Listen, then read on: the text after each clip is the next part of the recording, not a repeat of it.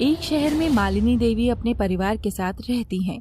उनके परिवार में उनका बेटा आदि और बहू सारिका हैं। सारिका एक गांव की लड़की है, लेकिन आदि की पसंद के चलते मालिनी को अपने बेटे की बात माननी पड़ी और सारिका गांव की लड़की से अब शहर की बहू बन गई।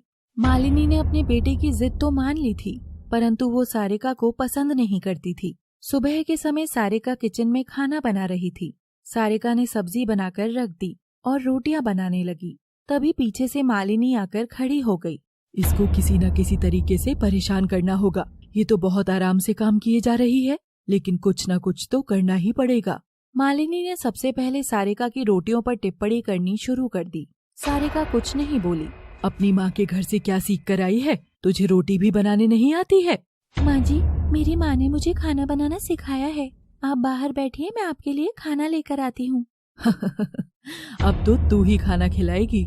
माँ जी। चुप, एकदम चुप। मैं तेरी सास हूँ, तू मेरी सास नहीं है। मैं बाहर जा रही हूँ और चुपचाप मेरे लिए खाना लेकर आ। मालिनी अपनी बहू सारिका को आदेश देकर बाहर सोफे पर जाकर बैठ गई। सारिका बहुत अच्छा खाना बनाती है।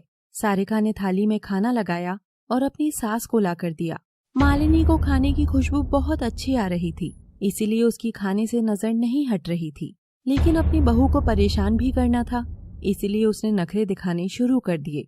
कितना अच्छा खाना है, देखने में कितना अच्छा है, लेकिन इतनी आसानी से आज सारिका को नहीं छोड़ूंगी। आज इसको इतना परेशान करूंगी कि इसको यहाँ से छोड़कर भागना होगा। अरे, ये कैसा खाना बनाया है?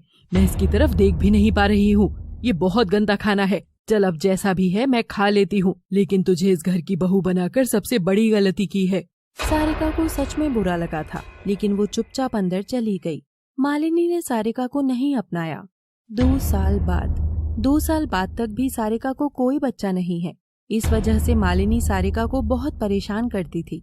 उसका अत्याचार बहुत बढ़ता जा रहा था। सारिका रो रो कर बहुत परेशान हो गई थी, लेकिन उसकी सुनने वाला कोई नहीं था। आदि भी अपनी माँ के डर के कारण उसको कुछ नहीं बोल पाता था। सावन का पहला सोमवार था और सारिका भगवान शिव के पूजन के लिए जा रही थी। तभी मालिनी ने उसे रोका। ये सुबह सुबह तैयार होकर कहाँ जा रही हो? माँ जी, मैं मंदिर जा रही हूँ। अरे, उस पत्थर की मूर्ति के पास जाने की कोई जरूरत नहीं है, वो कुछ नहीं है। मुझे महादेव के पास जाना है। महादेव ने तेरी सूनी गोद नहीं भरी, अब उसके पास जाकर क्या करेगी? माँ जी प्लीज, बच्चा होना या ना होना किस्मत की बात है, लेकिन मैं उसके लिए भगवान को दोष नहीं दे सकती हूँ। तू चुपचाप घर में रहकर नौकरों वाले काम कर, अन्यथा ये घर छोड़कर चली जा। माँ जी, ये आप क्या कह रही हो? मैं आदि के बिना नहीं रह सकती हूँ। तूने इस घर को बर्बाद कर दिया है। इससे अच्छा तू यहाँ से निकल जा, वरना मैं धक्के मारकर निकाल दूंगी और शाम को आदि को आने दो, वो खुद तुम्हें घर के बाहर निकाल देगा। मालिनी ये कहकर अपने कमरे में चली गई और फिर सारिका चुपके से घर से बाहर निकली और मंदिर पहुंच गई।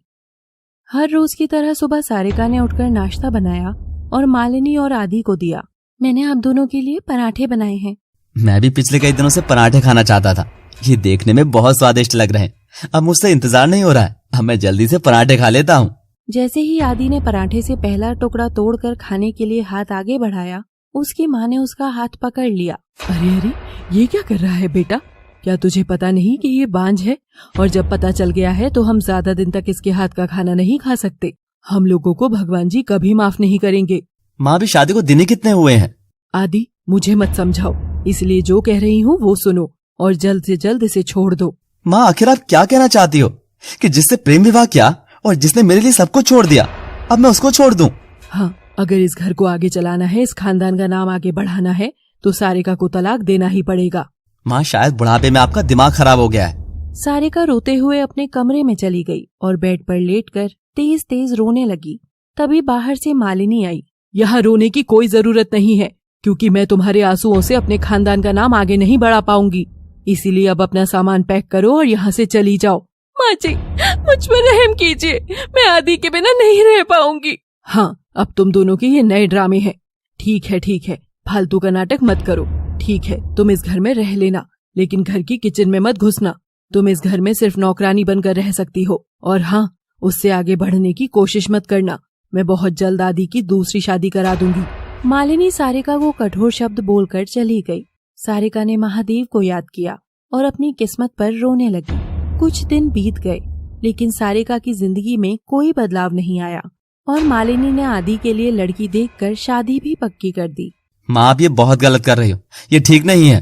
तू अभी समाज के बारे में कुछ नहीं जानता है, इसलिए मैं जो भी कर रही हूँ ठीक कर रही हूँ। नहीं माँ, आप ये नहीं कर सकती हो।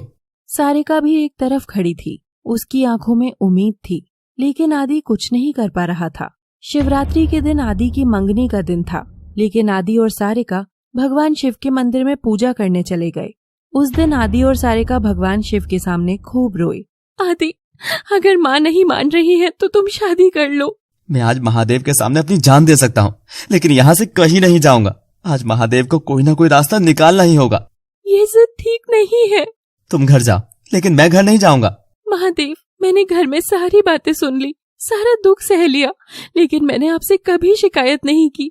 लेकिन आज मेरा प्यार मुझसे छीन लिया। सारिका बेहोश हो गई। सारिका, सारिका, क्या हुआ तुम्हें? आदि जल्दी से सारिका को हॉस्पिटल लेकर गया। हॉस्पिटल में एक महिला डॉक्टर ने उसका ट्रीटमेंट किया। आदि बाहर खड़ा था। महिला डॉक्टर ने उसको आकर बताया, मुबारक हो, तुम पिता बनने वाले हो। ये सुनकर आदि बहुत खुश हुआ। वो जल्दी से दौड़कर अंदर गया और उसने सारिका को गले लगा लिया। फिर दोनों भगवान शिव के मंदिर गए और धूमधाम से शिवरात्रि मनाई। Thanks for watching.